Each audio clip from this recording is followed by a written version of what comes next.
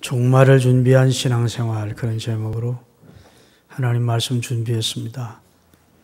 들으시면서 성령 하나님께서 여러분 속에 이 말씀이 하나님의 음성으로 들려지도록 역사해 주시기 바랍니다. 말씀 듣기 전에 옆에 분들하고 웃으시면서 인사합시다. 은혜 많이 받으시라고.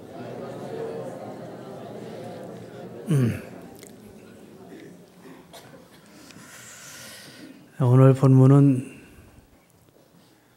초신자들이 읽을 때에는 이게 무슨 말씀인가 좀 난해한 어려운 말씀이다 싶은 내용입니다. 그러나 신앙생활을 좀 오래 하신 연조가 있는 분들은 첫 번째 6월절 밤에 있었던 일을 하나님이 말씀하신 내용이구나 하고 다 아실 줄 압니다. 이스라엘의 조상이 위로는 아브라함과 그 다음에 그 아들 이삭과 야곱입니다. 야곱에게는 12아들이 있었고 11째 아들인 요셉이 형들에게 팔려 애굽이란 나라 대애굽의 노예로 팔려갑니다. 그리고 17살 때 소년 노예로 팔렸던 요셉이 30살 때 대애굽의 국무총리가 됩니다. 그 내용은 여러분이 다 아실 줄 압니다. 하나님이 그와 함께 하시고 그의 하나님의 영으로 몽조와 진리를 깨닫게 하심으로 애굽 왕의 꿈을 해석하고 그 초방까지 냈을 때 애굽 왕 바로가 너와 같이 하나님의 신에 감동된 지혜와 총명이 충만한 자가 어디 있으리요? 네가 이 나라의 총리가 되어 이 국난을 헤쳐나가 달라고 부탁을 받게 되고 요셉은 대애굽 총리가 됩니다. 그리고 7년 풍년을 지나 7년 흉년의 때를 지혜롭게 잘 대처해서 애굽이 더 강력한 부한 나라가 되게 했고 그리고 애굽은 건재할 수 있었습니다. 그런 은혜를 입고 난 바로 왕이 요셉 총리가 너무 고마워서 요셉에게 가족이 있다는 사실을 알게 됐고 요셉의 아버지와 요셉의 형제들, 요셉의 조카들을 다 애굽 땅으로 초청을 합니다. 잠시 다녀가라는 초청이 아니라 애굽에서 제일 비옥한 땅인 나일 삼각주에 있는 고센 땅을 분배해서 분양해 주어서 그곳에서 요셉의 가족들이 살 수 있도록 해 주었는데 그때 요셉이 아버지와 그의 형제와 조카들 숫자가 70명이었습니다. 70명이 애굽으로 내려갔고 약 400년이 지난 후에 이스라엘 민족은 장정만 60만, 어린아이와 부녀들까지 합하면 약 200만의 큰 민족을 이루게 됐습니다.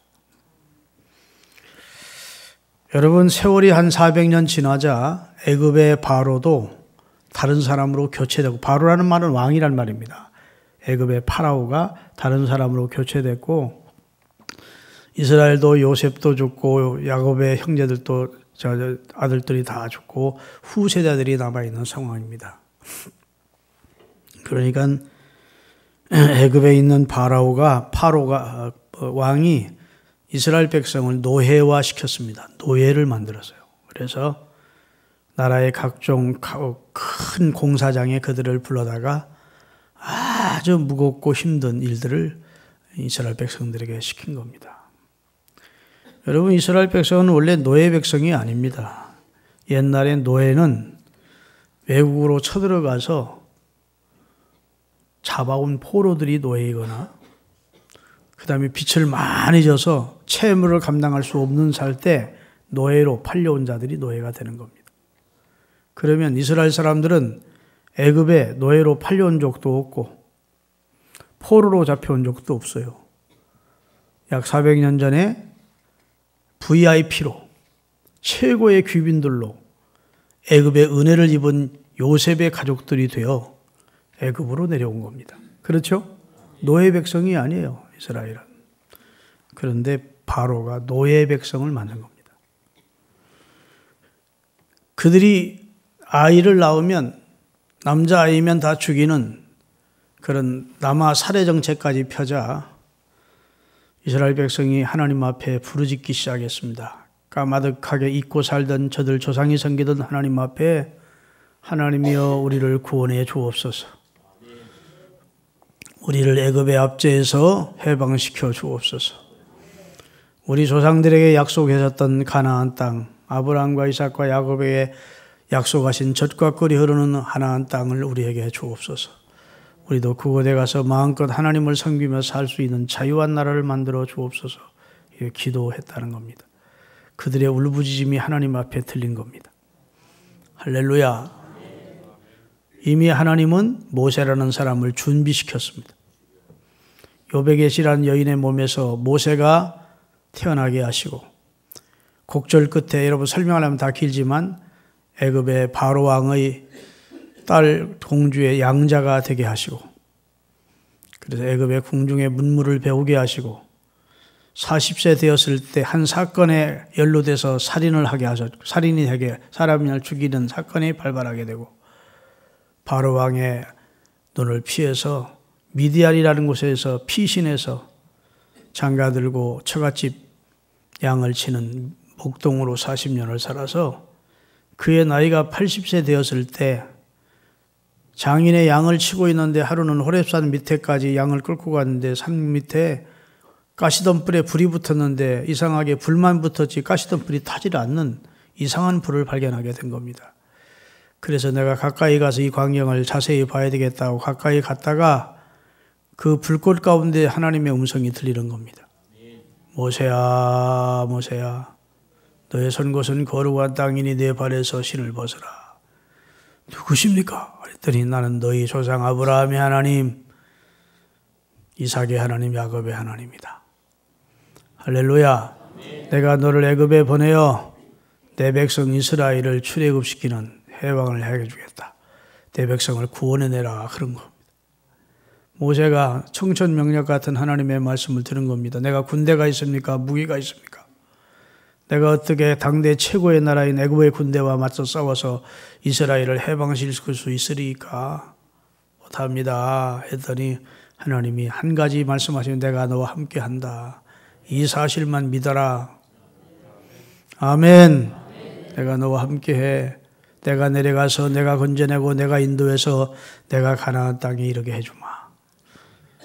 그래서 처음에는 거부했다가 나중에는 어쩔 수 없이 예하고 가서 말 잘하는 그의 형 아론을 앞세워서 하나님은 모세에게 말하고 모세는 하나님께 받은 말을 아론에게 전해주어서 아론이 바로왕 앞에 모세와 함께 들어가서 우리 이스라엘 사람들이 섬기는 여호와 하나님이 이스라엘 백성을 내놓으라고 합니다. 그들이 하나님만을 섬기는 백성인데 하나님을 섬기도록 해방시켜 달랍니다. 주시랍니다. 그랬더니 여호와가 누군데? 웃기는 놈들 다 봤네. 그런 거죠. 바로 왕의 입장에서는. 여호와가 누군데? 너희들이 섬기는 이스라엘 하나님이 누구간데 내 백성을 내놓으래? 바로는 이스라엘이 자기 백성이라고 그러고 하나님은 이스라엘이 내 백성이라는 거야. 네 백성 아니라는 거야. 할렐루야. 네 노예가 아니라, 네 종이 아니라는 거예요. 내 백성을 내놓으라. 거부하니까 하나님께서 그때부터 여러분 영화 10개에서 보는 대로 10가지 재앙을 내린 재앙이 하나님하고 나가라 했다가 또 마음이 강팍해서 약속을 안 지키는 거. 2번째, 3번째, 9번째까지 임한 겁니다. 그래도 이스라엘 나가라고 했다가 하룻밤만 지나면도 마음이 강팍해져서 못 내보내는 거예요. 마지막 재앙이 오늘 본문입니다. 하나님이 모세와 아론에게 이제 바로에 가서 경고를 하고 돌아와서 이달 열흘째 되는 날, 이달 10일 날 양 한 마리씩 집에서 준비하고 있다가 14일 날 밤에 해가 지면 양을 잡아라.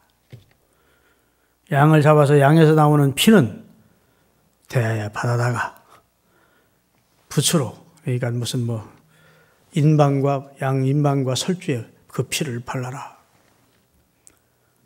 할렐루야.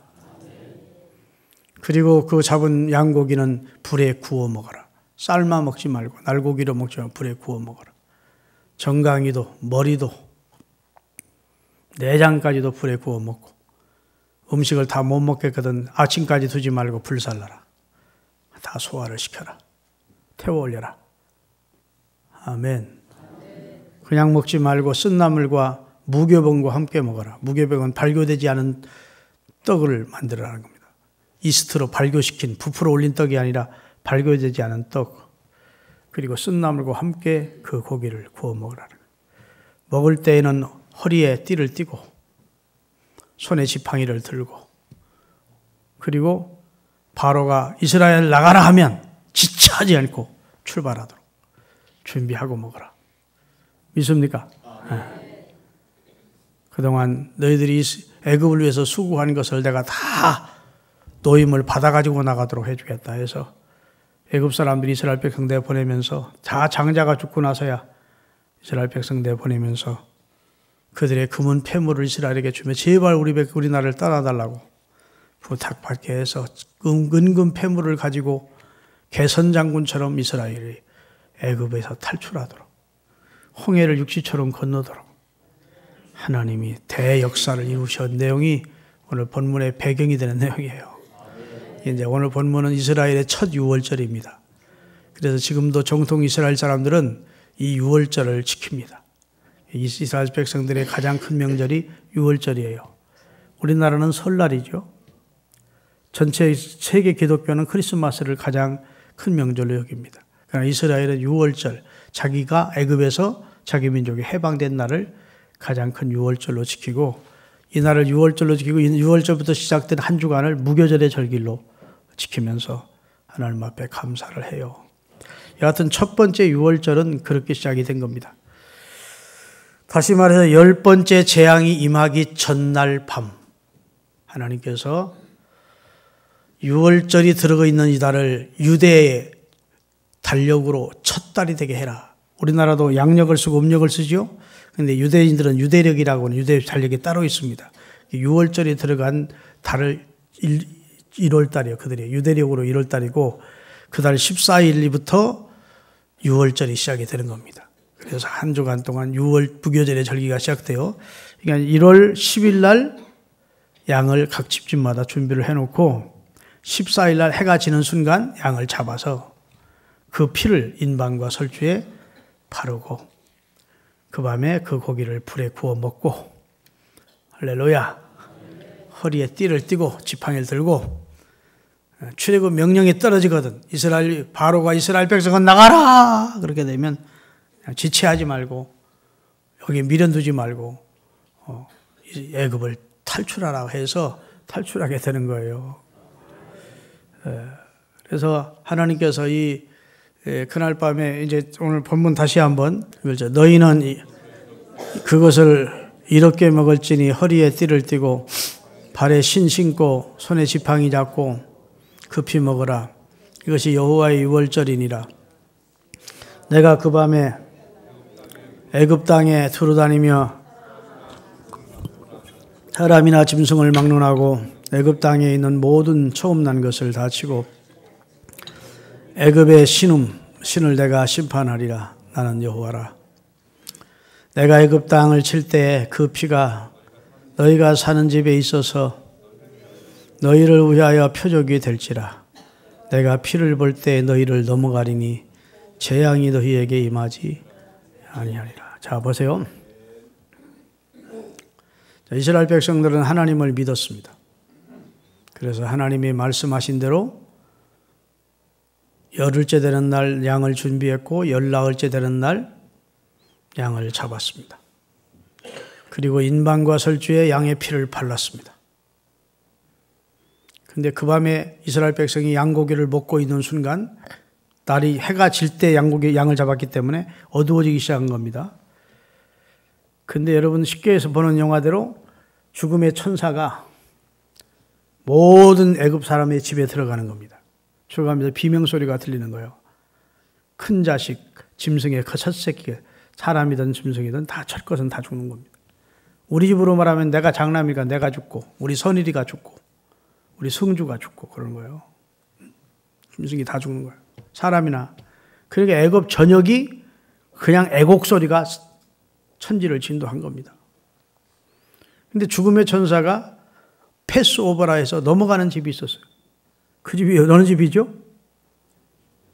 문 인방과 설주에 양의 피가 발라져 있으면, 양이 그 집 사람이 죽을 대신 이미 양이 먼저 죽어서 양의 피로 속죄를 받게 한 문 인방과 설주에 양의 피가 발라져 있는 집은 죽음의 천사가 들어가지 않고 패스오버야. 6월 넘어가는 겁니다.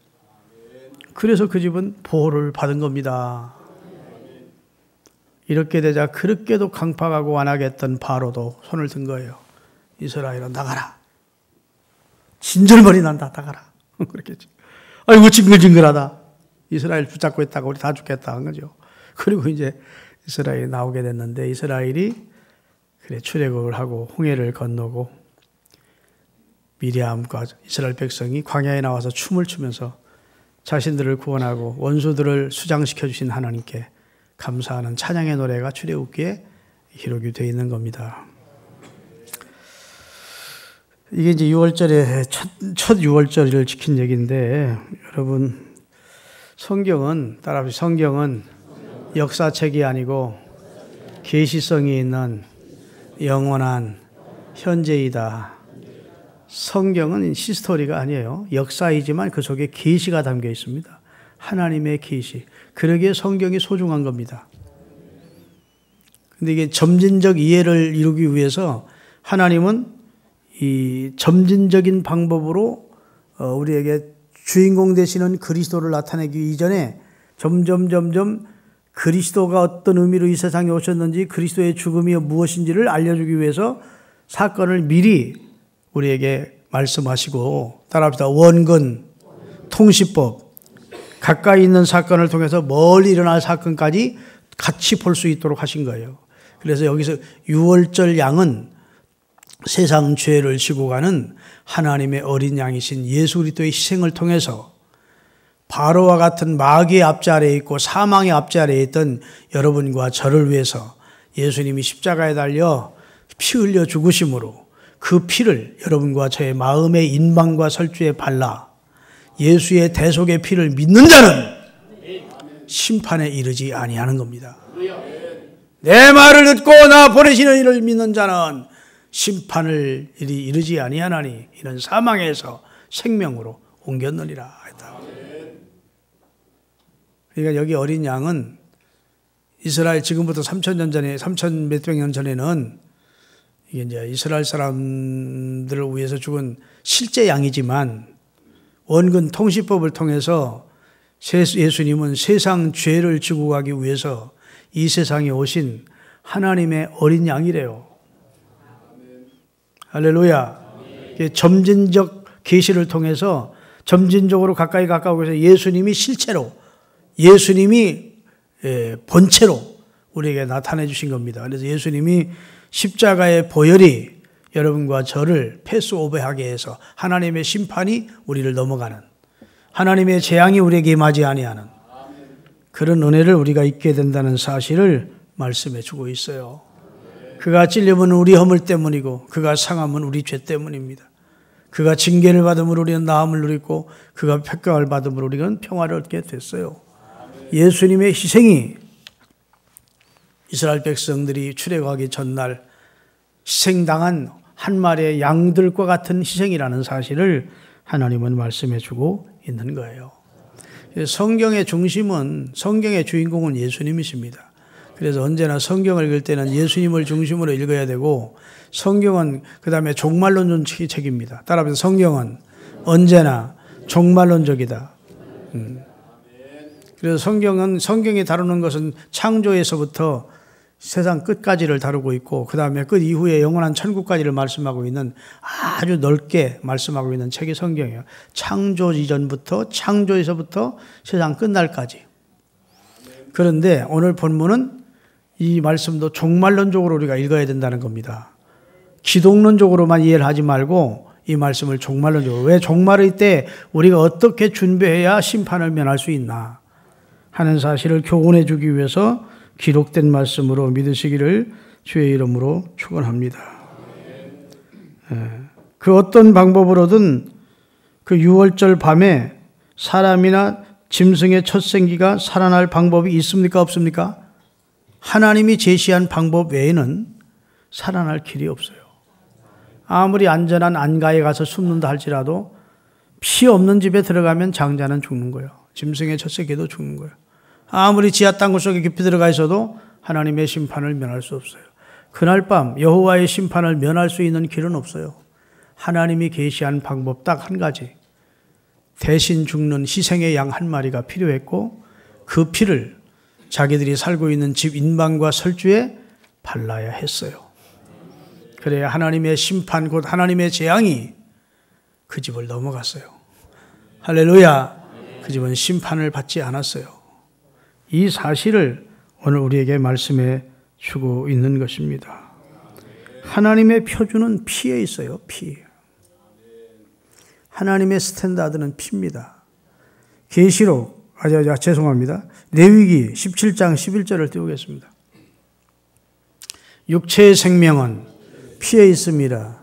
내가 이 피를 너희에게 주어 단에 뿌려 너희의 생명을 위하여 너희 죄를 대속하게 하였나니 생명이 피에 있으므로 피가 죄를 속하니라.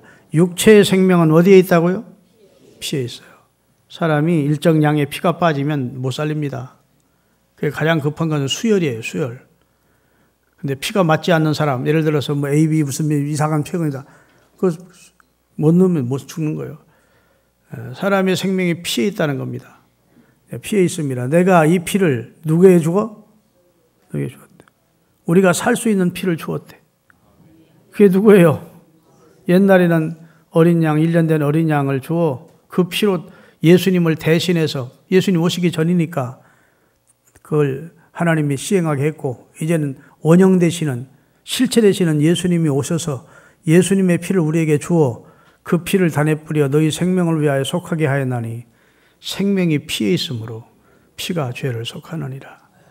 예수 그리스도의 대속의 피가 여러분과 저의 죄를 씻는 것입니다. 정결하게 하는 셈이 나의 앞에 있도다.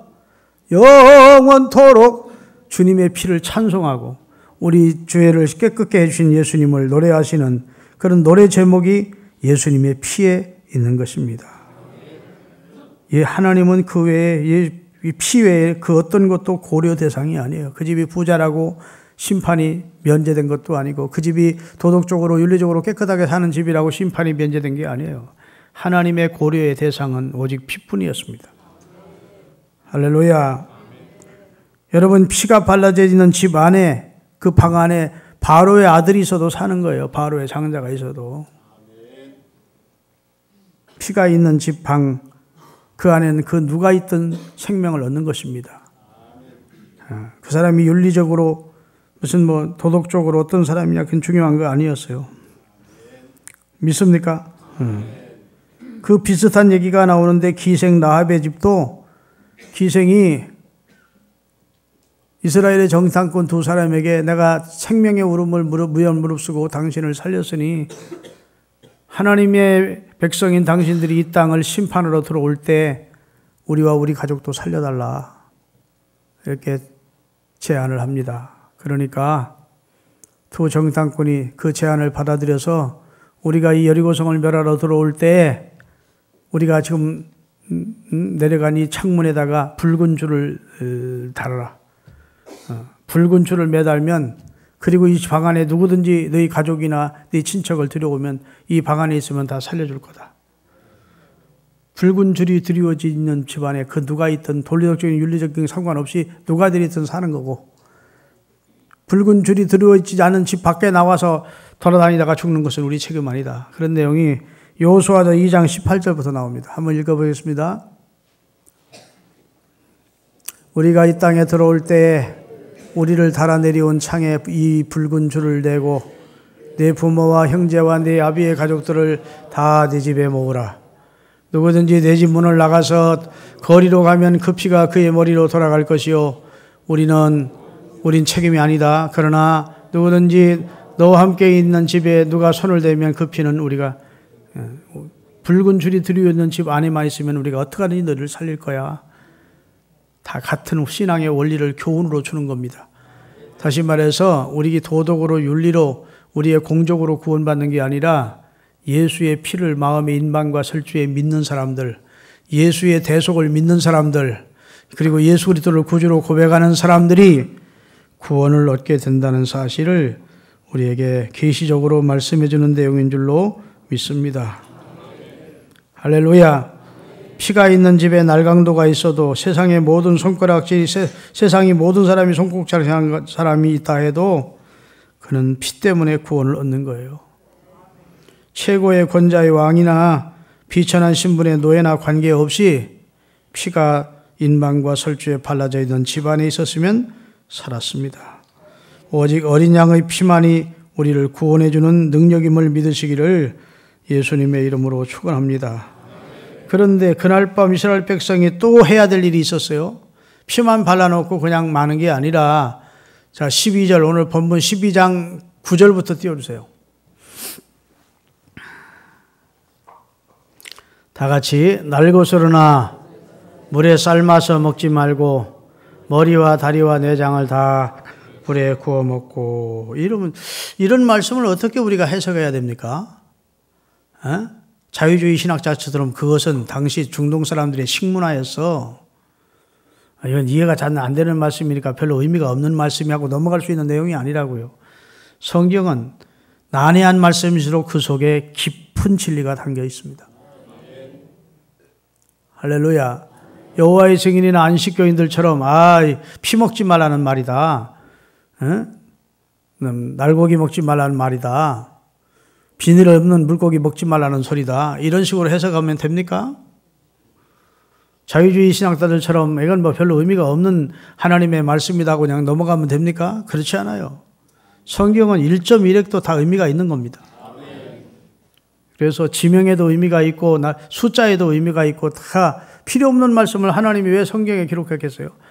하나님은 최대한의 진리를 최소한의 짧은 공간에 이 진리를 담아 놓았기 때문에 이 성경 안에는 필요 없는 내용이 하나도 없는 거예요. 여기 우리가 이 고기를, 양의 고기를 불에 구워 먹으라는 말은 오늘날 성령은 불이거든요. 불을 성령으로 말씀하고 있습니다. 성령의 직접적인 체험을 말하는 겁니다. 다시 말해서 예수 그리스도의 대속을 믿고 그 다음에 성령 체험한 사람만이 종말을 준비한 신앙이라는 말이에요. 이게 종말론적으로 읽자면 예수 그리스도의 대속을 믿어요. 마음으로 예수 그리스도가 나를 위해 십자가에 달려 돌아가셨다는 사실을 믿고 그 피의 대속을 우리가 믿어요. 그리고 마음으로 믿고 입으로 시인을 구원을 받았어요. 그리고 이제 얘는 됐다 하지 마시고 여러분과 제가 성령의 직접적인 체험을 해야 된다는 겁니다. 불에 구워 먹으라는 말은 불과 내가 직접 만나는 것이 구워 먹는 거예요.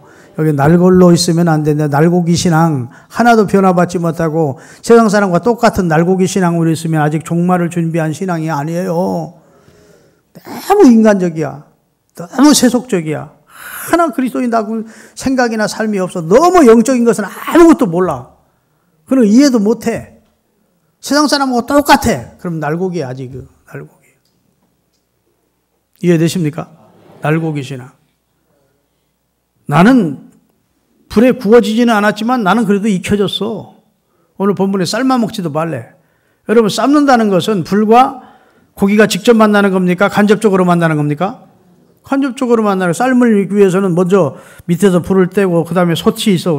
솥이 뜨거워져야 되고 그 다음에 물이 뜨거워져야 되고 물이 뜨거워진 다음에 그 고기 안으로 표피에서부터 점점 익혀 들어가 가지고 익혀지는 것이 삶는 겁니다. 우리가 교회를 다니면서 오래 다니다 보니까 점점 나도 익혀진 것 같아. 신앙인이 됐어. 그거 가지고는 종말을 준비한 신앙이라고 할 수 없다고요.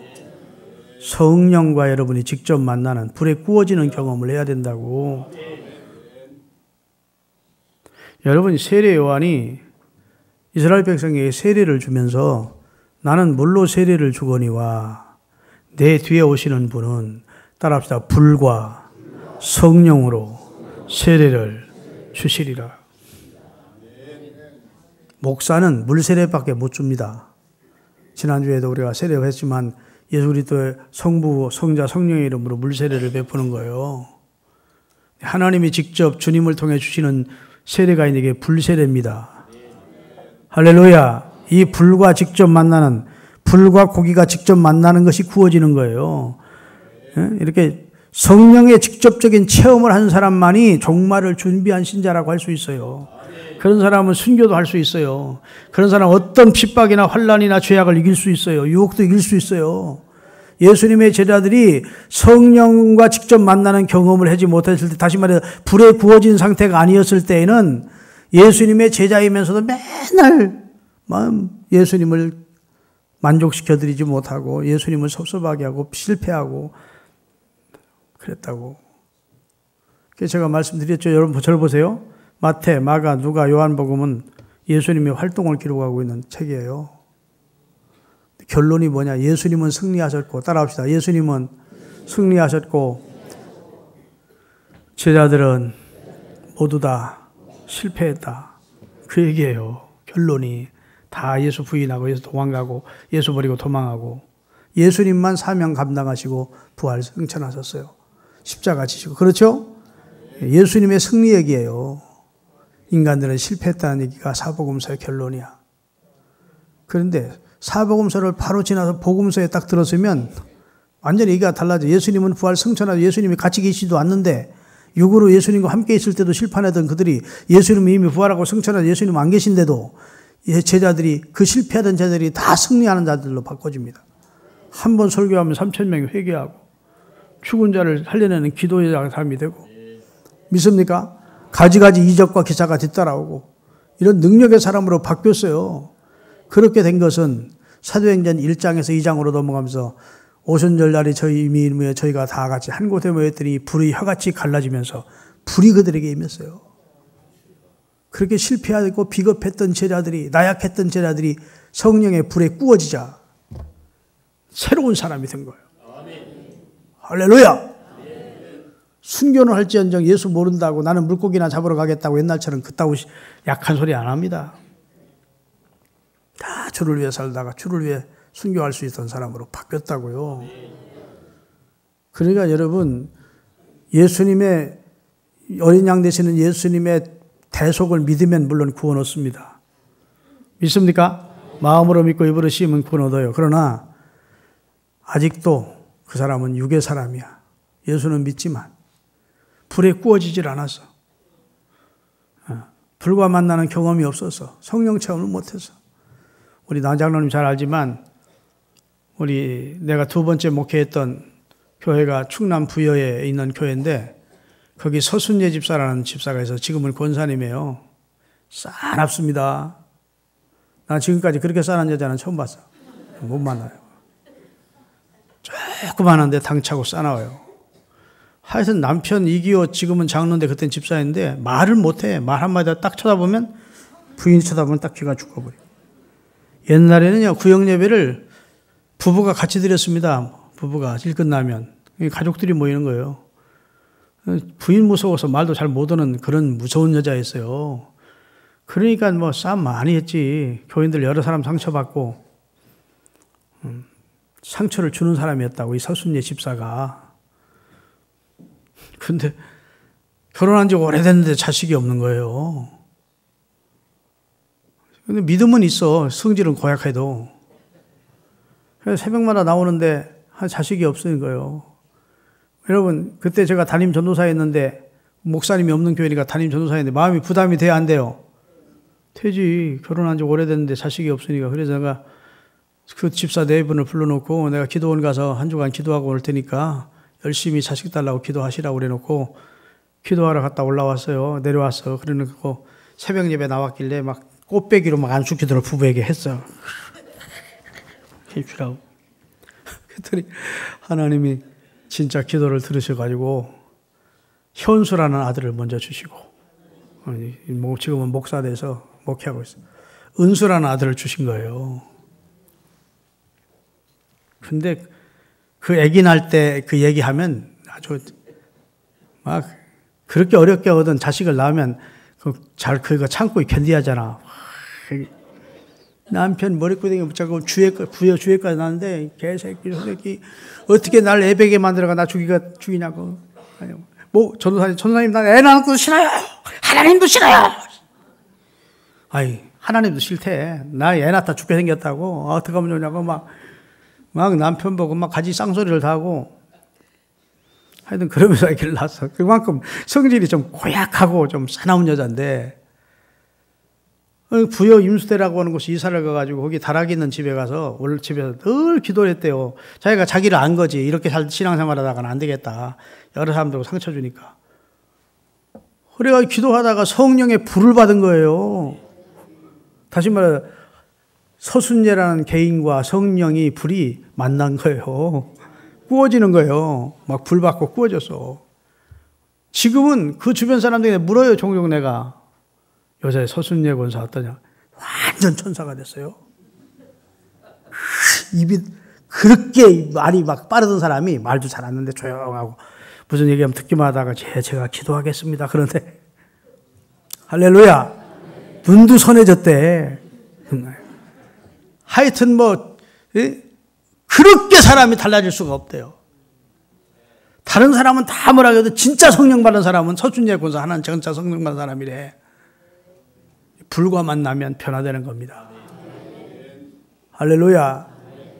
여러분, 불과 만나야 구원받는 건 아니야. 아멘. 예수님의 제자들이 성령 충만하기 전에 죽었어도 그들의 이름은 하늘 생명책에 농명되어 있고 그들은 목욕회개한 자로 하나님이 다 구원받는 자 인정을 했어요. 그렇지만 우리가 이 죄악된 세상을 살아가려면 예전보다 더 훨씬 악해진 세상을 살아가려면 성령 체험을 해야 돼. 성령 체험을.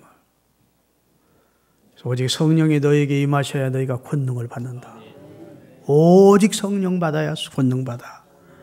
권능 있는 척해도 무슨 영적인 척해도 다 척하는 것이지 진짜 성령이 임해야 권능이 임하고 죄를 이길 권능이 임하고 유혹을 이길 권능이 임하고 믿습니까? 종말을 잘 준비한 성도는 마음의 인방과 설주에 그리스도의 피가 확실한 사람. 두 번째, 불과 직접 만나는 불에 구워진 사람. 여러분의 눈도, 여러분의 정강이도, 이게 행동주의거든. 이게 정강이도 구워 먹으래요. 그래서 주님이 기뻐하는 자리가 아니면 복 있는 사람은 악인의 꾀에 빠지지 않고 죄인의 길에 서지 않는다는데 항상 갈대안간지를 다 알고 있는 사람. 불에 구워진 성도들이 되시기를 주의 이름으로 축원합니다. 따라합시다. 하나님이여 저를 성령의 불로 구워주셔서 날고기 신앙에서 벗어나게 하옵소서.